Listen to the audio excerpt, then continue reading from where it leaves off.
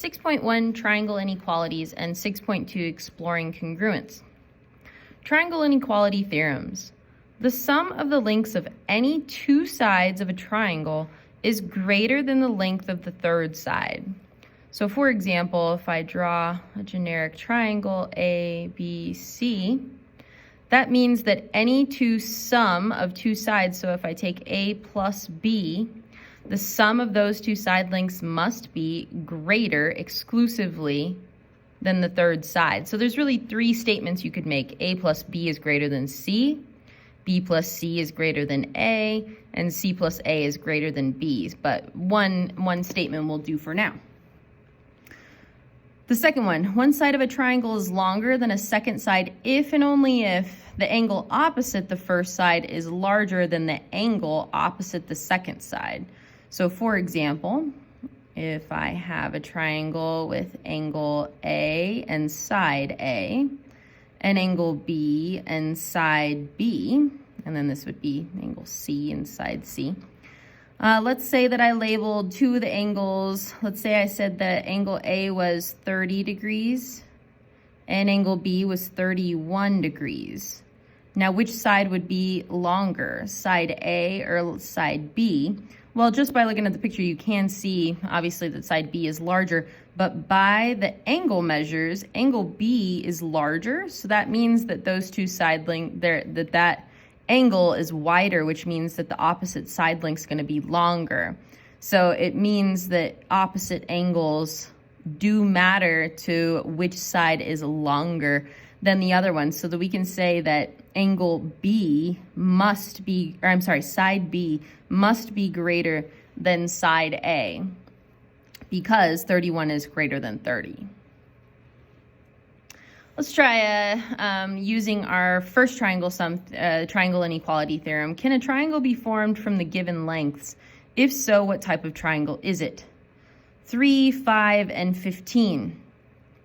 3 feet, 5 feet, 15. So the sum of two sides must be greater than the third side. And if there's one example of where that doesn't work, then the whole thing doesn't work. So what you need to choose is the two smaller side lengths, so 3 feet and 5 feet, and sum those together. Is 3 feet plus 5 feet, is that greater than 15? And I'll put a little question mark above that. Well, that's going to be 8 is greater than 15, which is not true. So no, this does not form a triangle. It would look something like this, where you've got like 3 feet on this side, long 15, and then another 5, and it wouldn't connect up. It won't make a triangle.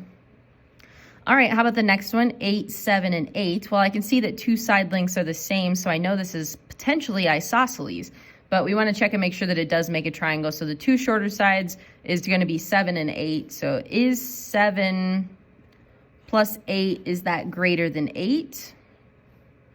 Yes, 15 is greater than 8. Check. So yes, this makes a triangle. I know it's an isosceles triangle, but what kind of isosceles? Is it acute or obtuse? So that's when you use Pythagorean Theorem to check that. So 7 squared plus 8 squared is question mark equal to 8 squared, because I want to know if it's right or not. 7 squared plus 8 squared, so that's going to be 49 plus 64, so 113, and then 8 squared is 64, so 113 is greater than 64. And if the two shorter sides are longer, the sum of the two shorter sides is greater than the third side, then that's going to be an acute. So this is going to be an acute isosceles triangle. All right, this third one, 9, 20, and 11. You can include the z's or not. Honestly, it doesn't really matter. You're just checking the side length. So is 9 and 11 are the two shorter sides. So is 9 plus 11, is that greater than 20? 9 plus 11 is 20. 20 is equal to 20. So does that make a triangle? No. It has to be exclusively greater. So what's really happening there is one side length is 20, and then you've got this side length of 9 and this side length of 11, and I drew it kind of with a gap there, but really it's flat. really those lines are on top of each other and they're exactly the same length. There really shouldn't be a gap there. But no, that does not make a triangle. Example number 2. In ABC, the measure of angle C is greater than the measure of angle B, and the measure of angle B is greater than the measure of angle A. What do you know about the length of AB?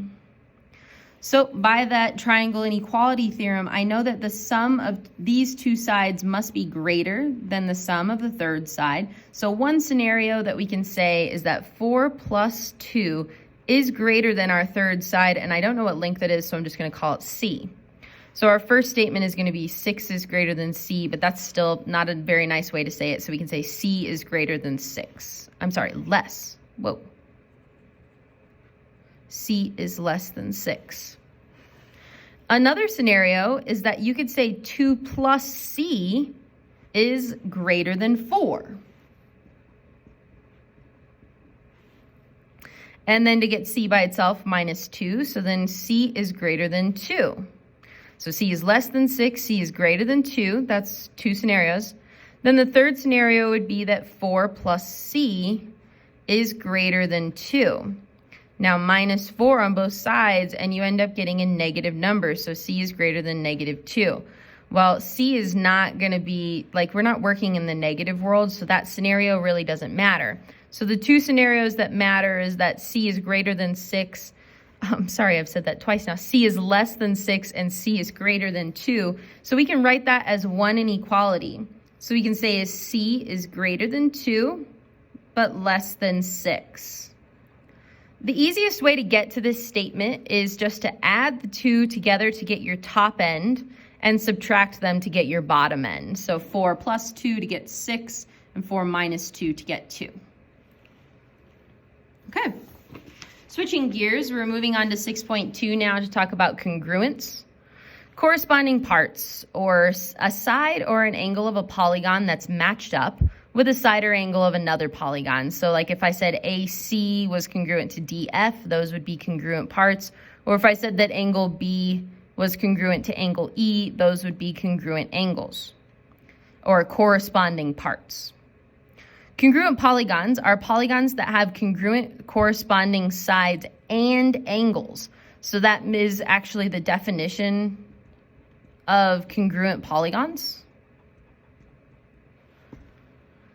And note, when we write two polygons are congruent, corresponding vertices, that's really key there, of one polygon must be listed in the same order as the corresponding vertices of the second polygon. So it really does matter what vertices, what order you write them in. Order does matter for vertices in this case to say that they are congruent and that they have corresponding parts. So we're going to test that theory now. So if triangle XYZ is congruent to UVW, let's just draw a little diagram. So we've got XYZ is congruent to UVW. Which of the following are true?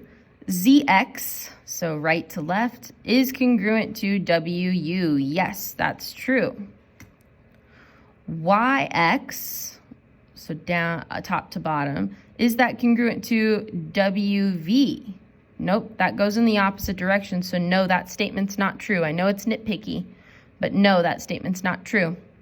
And then last one, YXZ, so we're talking about vertice X is the one that matters, is congruent to WUV.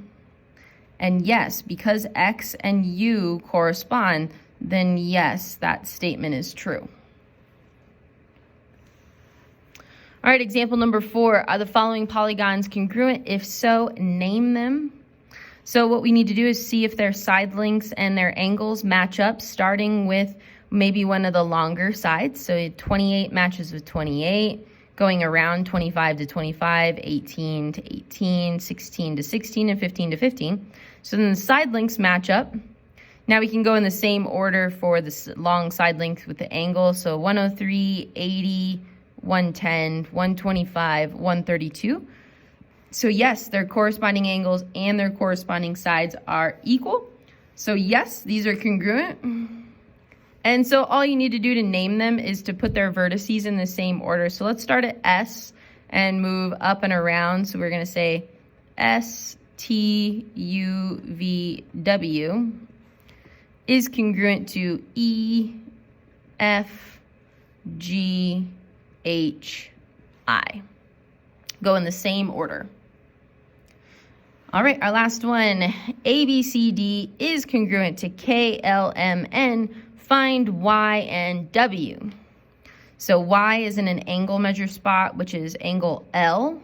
Who corresponds to angle L? Well, if you could just turn this image just slightly, they would match in the same, the long side would match, but you would actually need to flip it over because you can see that ML is the short side and KN is the longer side. So that means that angle L is congruent to angle B. So this Y minus 55 is congruent to 120. So that means Y minus 55 equals 120. Add 55 and Y equals 175. Second one, we're doing W. So 3W plus 1 is on the long side. Oops, that's a 1.